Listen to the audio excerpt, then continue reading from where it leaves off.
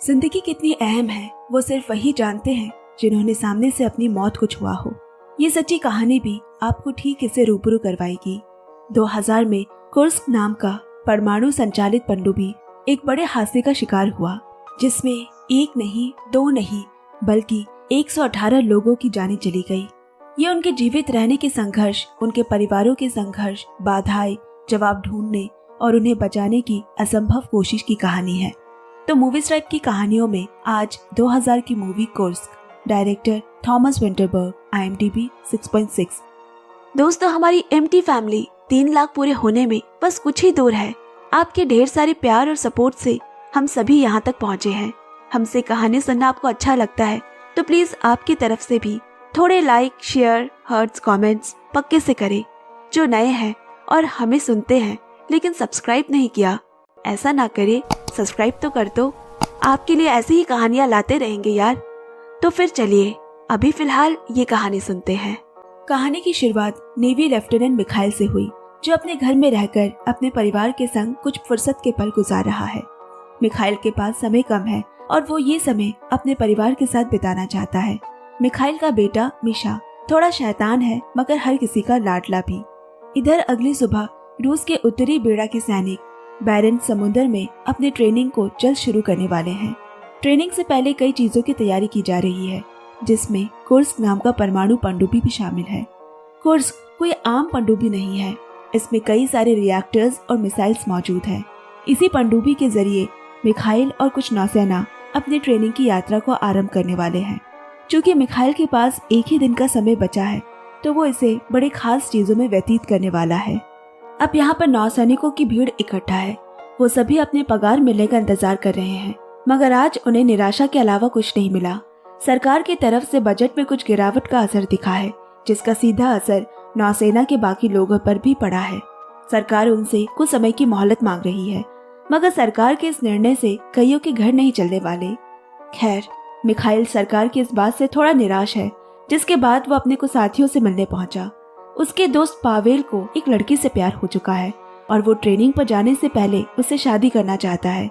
हाथ में उतने पैसे न होने के कारण मिखाइल और उसके साथियों ने उसकी मदद करने का तय किया। उन्होंने शादी में इस्तेमाल होने वाली उन सभी चीजों को खरीदा जिससे शादी का जश्न 2 गुना हो जाए। अब इधर जश्न के लिए शराब जरूरी है, लेकिन उन्हें खरीदने के लिए पैसे कम पड़ रहे हैं, तो मिखाइल ने एक अच्छे दोस्त होने के नाते अपनी इकलौती घड़ी बेच दी ताकि पावेल की शादी में कोई दिक्कत ना हो। अब शादी में पावेल के सभी नजदीकी रिश्तेदार, यार, दोस्त मौजूद हैं। आखिर में मिखाइल ने कुछ शानदार बोल बोलकर अपने सभी करीबी को शुभकामनाएं दी। अगली सुबह कोर्स को शुरू किया गया। पावेल, मिखाइल सहित 118 सैनिक कुर्स्क पर सवार अपने सफर पर निकल पड़े। मिखाइल कैप्टन होने के नाते पनडुब्बी का जायजा लेता है, क्योंकि इस बार उनके साथ जा रहा है HTP, high test peroxide torpedo, जो कि बहुत ही खतरनाक है। एक वेपन सबमरीन होने के कारण उसके साथ रिएक्टर्स और मिसाइल तो रहते ही है, मगर इस बार इस टॉर्पेडो को ले जाया जा रहा है टेस्टिंग के लिए। सही जगह सही समय में इसे उतारा जाएगा, लेकिन तब तक इन्हीं क्रू मेंबर्स को इनका ख्याल रखना है और खासकर वेपन ऑफिसर पावेल पे इसकी जिम्मेदारी है। सफर शुरू करने से पहले सब ठीक था, इसे बार बार निरीक्षण भी किया गया, लेकिन जैसे कुर्स्क आगे बढ़ने लगा, पावेल ने ध्यान दिया कि टॉर्पेडो के अंदर का तापमान बढ़ता जा रहा है। उसमें से बहुत सारी गर्मी उत्पन्न हो रही है, जो आगे चलकर हाइड्रोजन पेरोक्साइड लीक होने का खतरा साबित हो सकता है। मिखाइल जांच के लिए कंट्रोल रूम पहुंचा, लेकिन उसे ये कोई बड़ी दिक्कत नहीं लगी। उसे सब कुछ ठीक लगा।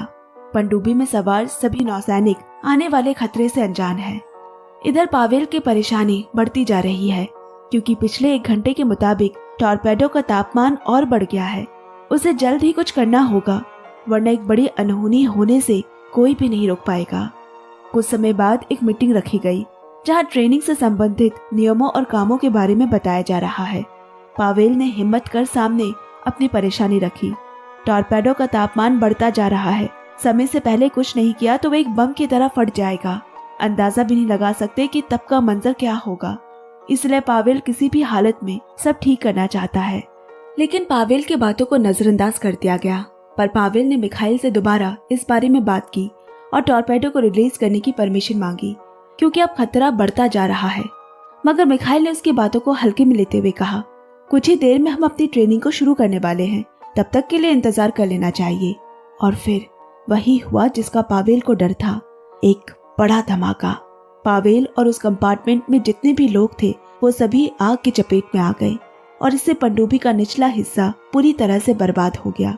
कुर्स्क दुगनी तेजी से नीचे की तरफ जा रहा है और जाकर समंदर के धरातल से जा टकराया। एक जोर का झटका लगा। पनडुब्बी के अंदर सब कुछ तहस नहस हो चुका है। कंपार्टमेंट अलग होने की वजह से आग फैली नहीं, लेकिन बहुत बड़ा नुकसान हुआ है जिसकी भरपाई धीरे धीरे यही नौसेना करेगी। अब तुरंत मिखाइल ने खुद को संभाला और बिना देरी किए उसने सभी जरूरी सुरक्षा को बढ़ाना शुरू किया। सबसे पहले दरवाजा बंद कर दिया गया ताकि पानी न भरे। मिखाइल और कुर्स्क पर मौजूद सभी लोग डरे हुए हैं क्योंकि किसी ने ऐसा होगा सोचा नहीं था। इसे कभी न डूबने वाला पनडुब्बी माना जाता था। इधर मिखाइल जल्द से जल्द पावेल से जानकारी लेने की कोशिश करता है, लेकिन वो जल्द समझ गया कि वहाँ कोई नहीं बचा। सब शांत है, इसका ये मतलब नहीं कि खतरा टल चुका है। इस धमाके की वजह से तापमान सीमा से बाहर हो चुका है और अब इससे एक चेन ऑफ एक्सप्लोजन शुरू हो गया, एक के बाद एक विस्फोट। कई सारे हिस्सों में आग लग जाती है और इस बार के धमाके के झटके कुर्स्क के बाहरी हिस्से को भी तोड़ देता है, जिससे कि समंदर का पानी तेजी से अंदर आने लगा। यह हादसा पिछले वाले से भी ज्यादा भयंकर था, जिसने कई और लोगों की जान ले ली और बहुतों को घायल कर दिया। मिखाइल अभी जिंदा और सही सलामत है और एक काबिल कप्तान की तरह सबको संभालने की पूरी कोशिश कर रहा है। नीचे के सभी कंपार्टमेंट में पानी भरने लगा है, इसीलिए वो बाकी लोगों को पीछे के कंपार्टमेंट की तरफ ले जाने लगा जहां अभी तक पानी नहीं पहुंचा। लेकिन एक कंपार्टमेंट का दरवाजा वो खोल नहीं पाया, जो कि एक रिएक्टर चैम्बर्स है, जिसने धमाके की गर्मी की वजह से पिघलना शुरू कर दिया। ऊपर से चैम्बर में पानी भी तेजी से भरने लगा। अंदर मिखाइल का दोस्त और सहकर्मी एंटोन ड्यूटी पर है और उसी ने जानबूझकर इसका दरवाजा बंद कर दिया था। वक्त कम है, अगर रिएक्टर्स पानी के संपर्क में आ गए और बाहर पानी के जरिए फैल गया तो कई जानें और चली जाएंगी। एक जाबाज सैनिक की तरह एंटोन ने यहीं रुककर रिएक्टर को शांत करने का फैसला किया। औरों की जान बचाने के लिए उसने खुद की कुर्बानी दे दी और वो इस बात से भली भांति वाकिफ था। अब यहाँ मिखाइल बाकी लोगों को लेकर कंपार्टमेंट 9 में जा पहुंचा और दरवाजा अच्छे से बंद कर दिया। अभी के लिए तो वो बच गए, लेकिन खतरा अभी टला नहीं है। धीरे धीरे उनके कंपार्टमेंट में भी पानी भरने लगा। अब यहाँ कैसे पानी आ सकता है? और तब उन्होंने देखा कि पाइप खराब हो चुकी है। लोग अपना हाल छोड़ रहे हैं। उन्होंने मान लिया कि अब ये उनका आखिरी समय है, लेकिन मिखाइल ऐसा नहीं सोचता। डर कर मरने से अच्छा है कि वो कोशिश करके मरे। उसने लोगों को इकट्ठा कर साथ मिलकर पहले तो पाइप को ब्लॉक किया और फिर पंप को ठीक किया। मगर ये रिजर्व बैटरीज पर चल रहे हैं, इसीलिए सक्शन पावर बहुत ही कम है, लेकिन ये किसी भी हालत में बंद नहीं पड़ना चाहिए। यहाँ मिखाइल चीजों को भी संभाल रहा है और वहाँ वो लोगों का मनोबल भी बांध कर रख रहा है, एक अच्छे कप्तान की तरह। उसे पता है रूसी सेना जरूर उनकी मदद करने को आएगी। यहाँ रूसी सेना भी अपनी तरफ से पूरी कोशिश कर रहे हैं, लेकिन कुछ लोगों का मानना है कि इतने भयानक धमाके के बाद और कर्स्क की हालत देखने के बाद वहाँ कोई जिंदा नहीं बचा होगा। पर यहाँ एडमिरल ग्रुजिंस्की ऐसा नहीं सोच रहे। उन्हें बस वहाँ कोई हलचल नजर आ जाए। ट्रेनिंग के दौरान नौसेना को सिखाया जाता है कि ऐसी हालत में वो कैसे स्ट्राइक यानी पानी में आवाज के जरिए उनके जिंदा होने का सिग्नल पहुंचा सकते हैं। हर घंटे में 4 स्ट्राइक। मिखाइल ने पहला स्ट्राइक छोड़ा, लेकिन आवाज ऊपर तक नहीं पहुंची। ठीक 1 घंटे बाद एडमिरल ग्रुजिंस्की फिर से एक और बार सुनने की कोशिश करता है और अपने अफसरों को भी इत्मीनान से हर एक आवाज को ध्यान से सुनने को कहता है। मगर इस समय मिखाइल सही समय पर स्ट्राइक नहीं कर पाता, क्योंकि उसके पास घड़ी नहीं थी और इसीलिए उसे देरी हो जाती है। इधर ग्रुजिंस्की उम्मीद छोड़ने ही वाला था कि तभी अचानक मिखाइल के सहकर्मी उसे स्ट्राइक करने का याद दिलाता है। वहीं समंदर से दूर मिखाइल की पत्नी तानिया सहित बाकी परिवार वाले परेशान हैं, क्योंकि अब तक उन्हें भी पनडुब्बी के हादसे की खबर मिल चुकी है। कोई उन्हें कुछ ढंग से नहीं बता रहा आखिर उनके पतियों के साथ वहाँ क्या हो रहा है। उन्होंने रूसी नौसेना से भी बात की, लेकिन कुछ खास जान नहीं पाए। अगले दिन एक सिपाही ने बताया कि उन्हें कुर्स्क से कुछ खबर तो मिली है, लेकिन सरकार ने हमें कुछ भी बताने से मना कर रखा है। अब यहाँ ब्रिटिश नौसेना को भी भनक लग गई है कि रूस की सबसे चहेती और ना डूबने वाली कुर्स्क एक बड़े हादसे का शिकार हुई है। ब्रिटिश नौसेना अफसर डेविड एडमिरल ग्रुजिंस्की के बहुत ही पुराने दोस्त हैं और एक बहुत ही अच्छा इंसान भी। वह ऐसे उन नौसैनिकों को डूबते मरते नहीं देख सकता। इसीलिए ना चाहते हुए भी उसने रूसी नौसेना से हाथ मिलाने का सोचा और उनसे संपर्क भी किया। लेकिन उनके इलाके में जाने के लिए उसे रूसी नौसेना की अनुमति चाहिए, जो मिलना मुश्किल है। रूसी उन्हें अपने सबमरीन्स के आसपास भी नहीं जाने देंगे। ये कुर्स्क उनकी शान है और उसके राज वो किसी भी हालत में नहीं बांटेंगे। यहाँ ग्रोजिंस्की ने भी अपना बचाव अभियान शुरू कर दिया है। एक रेस्क्यू शिप भेजी जा रही है जिसमें सबमर्सिबल लगी हुई है। दूसरी तरफ दूर बैठी ही ब्रिटिश नौसेना ने सैटेलाइट तस्वीर के जरिए सारी जानकारियां, सारी सूचना हासिल कर ली है। उन्हें भी इस बचाव अभियान के बारे में पता है, पर डेविड को इस पर कुछ खास भरोसा नहीं। इसीलिए वो यहाँ अलग से अपनी टीम को तैयार रहने का ऑर्डर देता है। जैसे ही उनका ये मिशन फेल होगा, वो लोग अपना काम शुरू कर देंगे ताकि उन्हें सहायता भेज सके। उसे अपने दोस्त ग्रोजिंस्की के ऊपर भरोसा है कि जरूरत पड़ने पर वो उसे कॉल जरूर करेगा, क्योंकि उसके लिए राजनीति से ज्यादा अपने लोगों की जान प्यारी है। मगर उसकी बात से तो सरकार नहीं चलती। उसके ऊपरी पद के अफसरों ने किसी भी बाहरी देश से मदद लेने से साफ मना कर दिया है। यहाँ तक कि फंसे नौसेना के परिवार वालों से भी झूठ कहा जाता है, उन्हें अंधेरे में रखा जाता है। उनकी तरफ से तो उस कुर्स्क में सभी मर चुके हैं, मगर यहाँ मिखाइल और बाकी लोग अभी भी अपने आखिरी सांस तक बचने का संघर्ष कर रहे हैं। इमरजेंसी सप्लाई से तो किसी तरह उन्होंने पंप को चालू कर रखा है, लेकिन अब नई मुसीबत ये हो गई है कि वहाँ ऑक्सीजन की कमी होने लगी और उन्हें इसके लिए जनरेटर ऑन करना होगा। इसलिए ऑक्सीजन के कारतूस लगेंगे जो कंपार्टमेंट नंबर 8 में रखा हुआ है, जिसमें कि पूरा पानी भर चुका है। मगर उनके पास और कोई रास्ता नहीं है। ऑक्सीजन के बिना वो लोग वैसे भी मरने वाले हैं। तो मिखाइल अपने क्रू मेंबर साशा के साथ मिलकर जान की जोखिम उठाते हैं। बहुत मुश्किल से वो दोनों उस कंपार्टमेंट में पहुंचे और वहां से 20 कारतूस निकालकर वापस आ भी गए। लेकिन इतनी देर तक सांस रोके रखने से उनकी हालत काफी खराब हो चुकी है।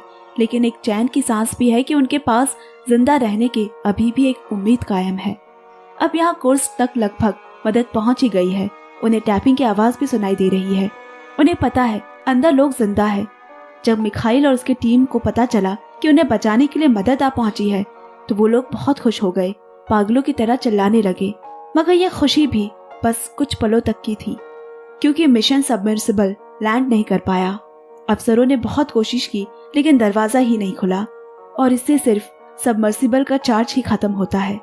तकनीकी गड़बड़ी की वजह से उन्हें वापस लौटना पड़ा। दरअसल इसे कई सालों से इस्तेमाल नहीं किया गया है, जिस कारण से तकनीकी गड़बड़ी हो गई और ना ही उनके पास बैटरी बैकअप थी। तो इसका मतलब अब उन्हें 12 घंटे का लंबा इंतजार करना पड़ेगा इसे रिचार्ज होने में। रात में एक और बार सबमर्सिबल को फिर से डॉक यानी लैंड कराने की कोशिश की गई, लेकिन इस बार भी असफलता ही हाथ लगी। इधर मिखाइल कितना भी कोशिश क्यों न कर ले, अब उनकी टीम का हौसला टूटने लगा है। अब इस समय एडमिरल ग्रोजिंस्की ने एक अहम और बुद्धिमानी का कदम उठाया। उन्होंने निजी तौर पर खुद डेविड से बात की और उसे टीवी पर यह खबर फैला देने को कहा कि ब्रिटिश मदद करने को तैयार है, लेकिन रूस मदद से इनकार कर रही है। और जब यह खबर तानिया जैसे और भी लोगों तक पहुंची, तो वो रूसी नौसेना पर भड़क गए और ग्रोजिंस्की की परियोजना काम कर गई। एक तरफ से लोगों का दबाव और दूसरी तरफ वो भी लगातार अपने सीनियर्स, बड़े पद पर बैठे अफसरों को समझा रहा है। अंततः रूसी नौसेना को बाहरी मदद लेने के लिए मानना ही पड़ा, मगर यह रास्ता काफी लंबा है। अब तक यहाँ कुर्स्क के अंदर मौजूद 23 लोगों की हालत बदतर हो चली। इतने समय के बाद बैटरीज भी खत्म हो चुकी है। इसका मतलब पंप बंद हो चुका है और पानी अब तेजी से भरने लगा है। पर वो लोग ऐसे नहीं मरना चाहते। मौत उनके करीब है, इसके बावजूद वो सभी हंसी खुशी से पल गुजारते हैं। बचे खोचे खाने से उन्होंने एक शानदार बड़े खाने का आयोजन किया, क्योंकि उन्हें भी अब एहसास हो चुका है। मिखाइल अपनी पत्नी और बच्चे के नाम एक खत लिखता है। किस तरह यहाँ वो सभी एक एक सांस के लिए लड़ाई कर रहे हैं। अब यहाँ सभी खुशी मना रहे हैं और तभी एक क्रू मेंबर लियो के हाथ से वो ऑक्सीजन कारतूस नीचे पानी में गिर गया, जो कि बहुत ही विस्फोटक होता है। और फिर जो धमाका हुआ, आग लगने से उनके बचे खुचे सारे ऑक्सीजन भी जलकर खत्म हो गए। लेकिन वो लोग हैं तो सैनिक और अब शहीद होने वाले हैं। उनकी ये सांसें उनके नाम से सिर्फ और 2 मिनट तक ही चलेंगी।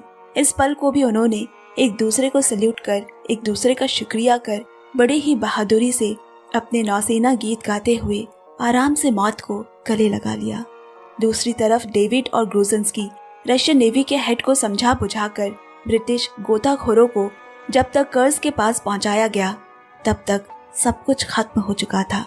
वो कंपार्टमेंट पूरे पानी से भर चुका है, जहां उन जवानों के शरीर पानी में तैर रहे हैं। इतने कोशिशों के बावजूद चंद लम्हों की देरी ने सब कुछ खत्म कर दिया, और इसके लिए सिर्फ और सिर्फ रूसी सेना के अधिकारी ही जिम्मेदार है। उनकी ये गलती माफ करने लायक नहीं है।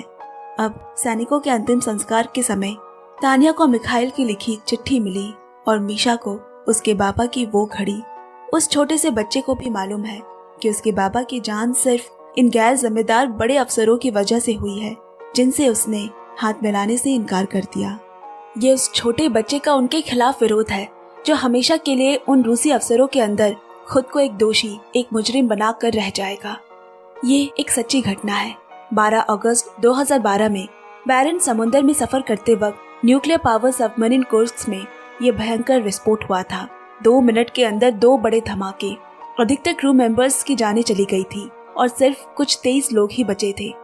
लेकिन यहाँ रशियन नेवी को तो पहले इस हादसे की भनक नहीं लगी थी, और जब पता चला तो उन्हें कोर्स को लोकेट करने में काफी समय लग गया। उसके बाद 4 दिनों तक उन्होंने अपने इस अपर्याप्त साधनों से बने सबमर्सिबल से बचाव अभियान चलाए रखा, लेकिन उन्हें भी पता था कि इससे कुछ नहीं होगा। पर उन रूसी अफसरों को, प्रेसिडेंट को कौन समझाए, जब वो 23 लोग ठंड में तड़प रहे थे, बिना खाना बिना ऑक्सीजन के मर रहे थे। लेकिन सरकार बाहरी देशों से मदद लेने से तब भी इनकार कर रहा था, ताकि ब्रिटिश नौसेना को उनके तकनीकी गुप्त चीजों के बारे में पता न चले। अंततः 5 दिन बाद बाहरी मदद उन्हें लेनी पड़ी, और 7वें दिन ब्रिटिश के गोताखोर कर्ज तक पहुंचते हैं। लेकिन तब तक सब कुछ खत्म हो चुका था। इसे one of the biggest navy disaster माना जाता है, जिसमें 118 लोगों ने अपनी जानें गंवाई। रूसी सरकार की काफी आलोचना भी की गई। रशिया ने इस सी मॉन्स्टर को बना तो लिया, लेकिन ना सही मेंटेनेंस, ना सही से क्रू मेंबर्स को ट्रेनिंग, और ना ही बचाव अभियान के लिए तगड़ी व्यवस्था। ये उन सैनिकों को भी पता था और वो अपना काम बखूबी कर रहे थे, लेकिन फिर भी उन शहीदों को ऐसी मौत क्यों मिली। इसी के साथ मैं ये दिल छू लेने वाली सच्ची कहानी यही समाप्त करती हूँ। धन्यवाद। कहानी पसंद आई तो जरूर हमें कमेंट बॉक्स में कमेंट करें, और वीडियो को लाइक के साथ साथ ढेर सारा शेयर भी पक्के से करें। कहानी सुनते रहिए, सुनाते रहिए। Bye bye, love you and take care.